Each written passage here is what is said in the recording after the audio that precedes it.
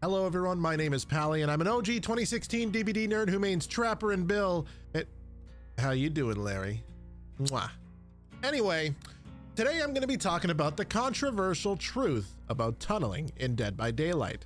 So let's jump right into it, shall we? So first what I want to do is I want to define tunneling. A lot of people have their own definition of tunneling, and most times those definitions are not only wrong, but they often end up being a form of coping from the person saying it. It's like the old dark side Phil ideology of blame everything on everyone else and never look what you could have done differently. I'm not saying that's everyone, but it's a large amount of people. People will label absolutely anything as tunneling these days. They could get unhooked, healed, sit a gen for 30 seconds, and still say they were tunneled. I've literally seen this happen. And throughout the last 9 years of playing Dead by Daylight, since the beta, I've seen it all. So for me, I can break tunneling down into 4 separate definitions based on different situations. So starting with number 1, let's talk about accidental tunneling. And when it comes to accidental tunneling, the most common occurrence of this that I find is usually in the scenario where you're chasing someone else and out of the blue you run into the person who just got off the hook as their teammate is maybe healing them or something where you happen to be chasing. It could be near the hook they were on, or it could be anywhere else, but the fact is they were there, they're injured, why ignore the opportunity? You weren't specifically looking for them, you just happened to come across them. And you know what, that's fine. It's smart to go after that person. It happens, and that's okay. But that's what I would consider accidental tunneling. Moving on to number 2, desperation tunneling. And what is desperation tunneling? Well, it is exactly what it sounds like. It's tunneling out of desperation. Picture this. You're playing a relatively low tier M1 killer like Trapper or Pig on, say, Badham Preschool.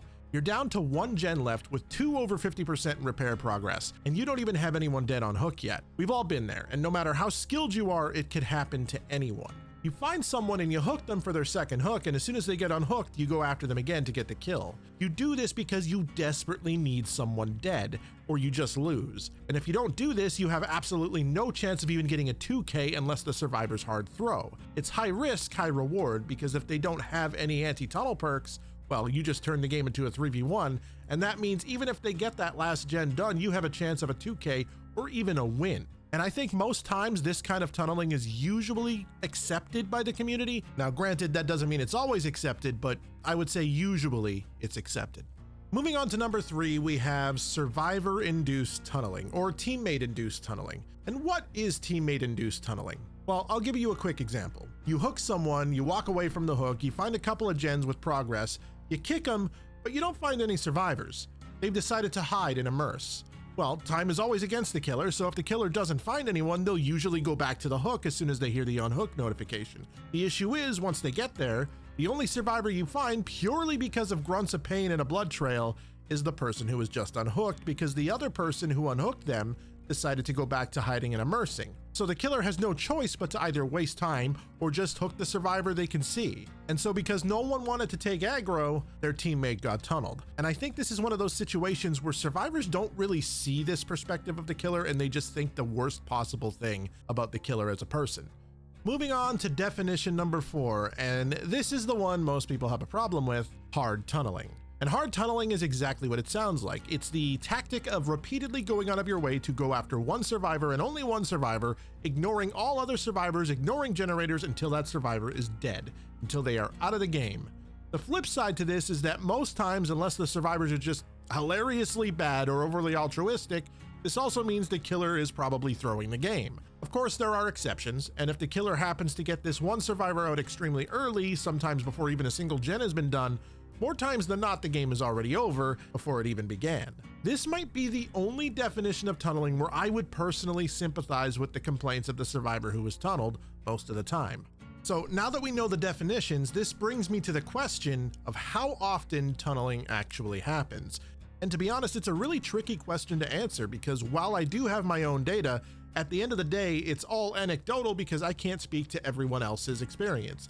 However, other content creators, including Scott Jund, have done similar experiments over the years and have come up with very similar results. My experiment is the reason it's taken me a bit longer between videos this time, and I'll also provide a link to the Google Doc in the description below with time ranges, days, maps, specific killers, if you're curious to see the actual data. You'll also clearly see in this document the days that I had off or the days I didn't stream when you look at it, and in case you're wondering, no, I barely ever escaped. My escape rate for this entire experiment was very, very low. So my data is based on an experiment that I conducted over a 2-week period, and the only reason it took me 2 weeks is because I don't have time to do this every day, and I just used the time that I had, and I wanted to get a specific amount of games in to include within my data. I did my experiment completely solo queue in Anon mode, so no one can look at my profile or have any real reason to tunnel me. Just a normal Bill player with an ugly sweater and no anti-tunnel perks. And during this 2-week period, I played 150 solo queue games at different times in the Eastern time zone, ranging from early afternoon to evening to late at night, or as some people call it, the demon hours. It's also worth mentioning that I did this entire experiment in 1v4 while 2v8 was a thing, which many people say makes 1v4 infinitely more sweaty than normal. Out of all 150 of these games that I played, either myself or a teammate was hard tunneled in 13 games. Now, if you're wondering what that means, that's literally 8.6%, give or take a decimal point or two, of the time during this experiment. And every single time, the person to be tunneled was the first person to be hooked, and it was very obvious that the killer had just spawned in with the purpose of tunneling out the first person they caught. But again, less than 10% of the time. I was also tunneled as a result of my teammates' actions in 11 games, which is 7.3%, again, give or take a decimal point or two, of the total 150 games I played. And it was almost always because they either refused to take chase anywhere except a broken main building or just refused to take aggro, and the killer was simply making the smart play. This did not happen to my teammates because, well, to be honest, I will always take aggro. I love to be chased. It's my favorite part of playing Survivor because holding M1 is just boring. Another thing you might notice with the data is there is a direct correlation to tunneling when survivors bring a map offering they know full well is egregiously unfun for the killer to play on. Now again, I'm not going to say my experiment and the data that came from it are a definitive answer to how often tunneling happens, but given that other creators have done similar experiments, it's a pretty consistent indicator that tunneling isn't as rampant as people say it is. It seems to be the few bad experiences that just seem to stick and mentally outweigh the positive experiences that we have. One thing I can confidently say is, for some people on DBD Twitter who claim they get tunneled in every single game, if you truly are getting tunneled in every single game, I personally find it very hard to believe that it's out of nowhere. It just doesn't seem plausible. And believe it or not, while doing an experiment on tunneling, the biggest issue wasn't actually killers tunneling. The biggest issue, and stop me if you've heard this, was my teammates giving up on hook, usually on their very first hook.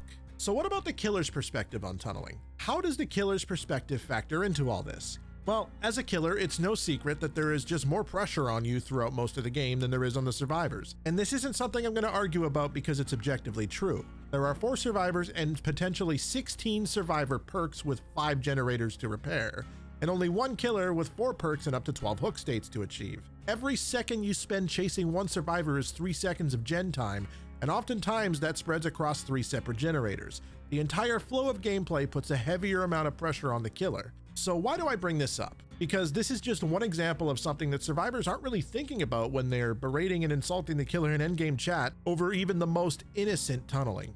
Another thing that goes along with the killer's perspective is the lack of self-awareness that a lot of survivor-only players have when it comes to tunneling or even things like slugging and camping.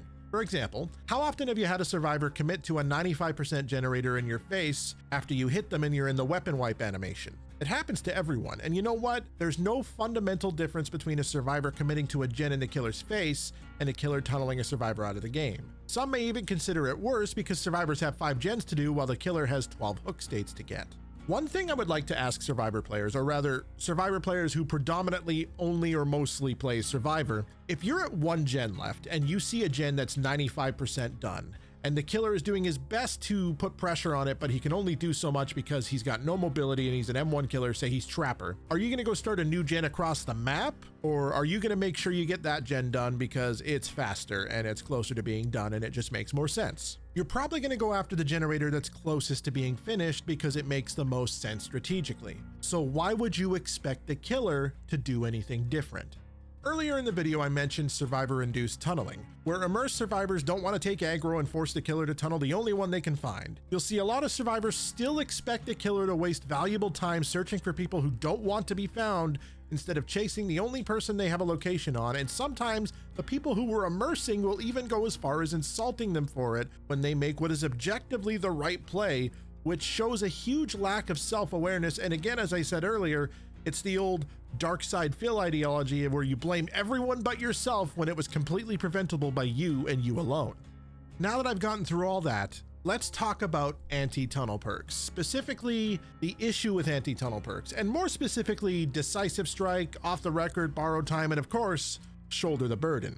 I'll get this out of the way immediately. I have no issues with anti-tunnel perks existing, but let's also make it clear what anti-tunnel perks are actually for. Anti-tunnel perks aren't meant to stop tunneling. Anti-tunnel perks are meant to deter tunneling, and there is a stark difference between prevention and deterrence. And that's something we need to keep in mind. But you're probably sitting there and wondering, why bring up anti-tunnel perks? Well, to be honest, the truth is, and I know many killer players can relate to me here, when it comes to Decisive Strike and Off the Record specifically, most of the time, I'm hit with these perks when I'm not even tunneling. Survivors often use them as an offensive tactic rather than the intended purpose of not being tunneled.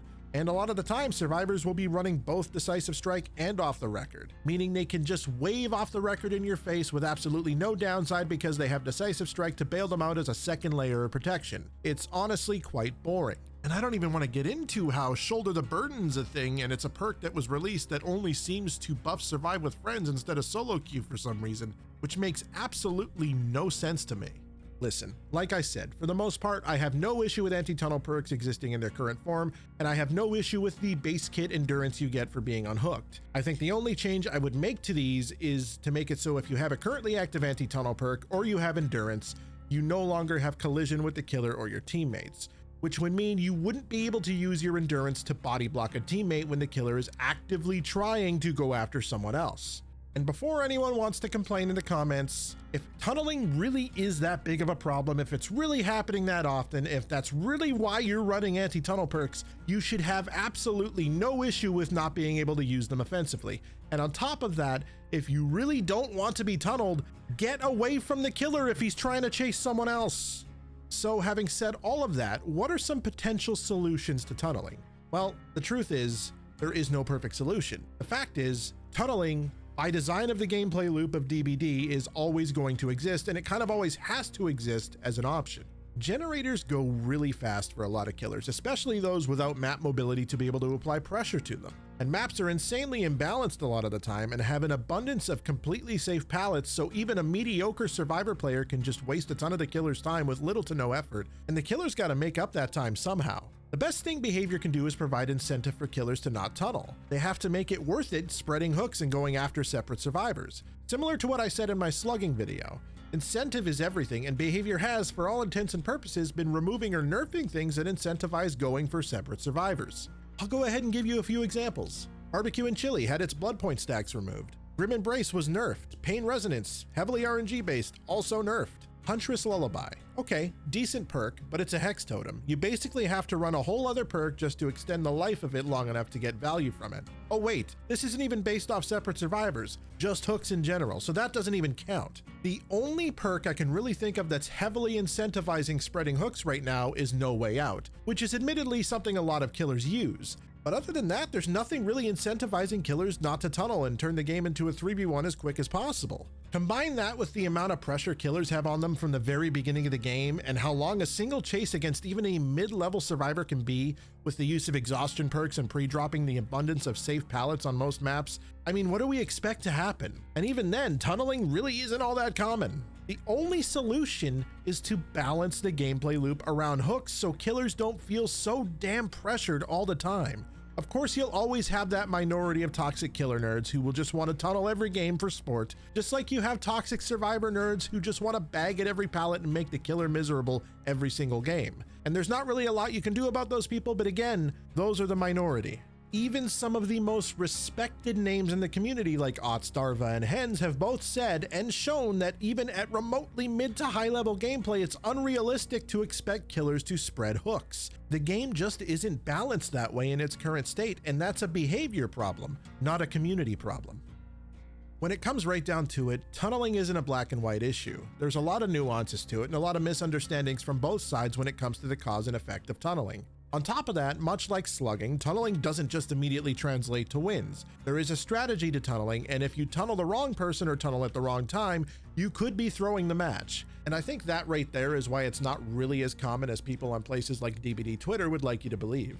In a perfect world, tunneling wouldn't exist and killers would never feel like it was necessary, which is a feeling that stems from how lopsided the balance in DBD is. And I'm not just talking about survivors versus killers when I say balance. I think this also applies to S tier killers versus basically every other tier of killer. Sure, Nurse can handle anything you throw at her, but then you have to take into account that a killer like Trapper exists somehow in the same game as Nurse, which makes no sense. You might comfortably beat a team as Nurse, but in all likelihood, you're going to be drowning in sweat against the very same team as Trapper. Of course, I'm using two extreme ends of the spectrum here, but you get the idea. There's no constant plane of difficulty that dictates if or when tunneling is a necessary tool to utilize.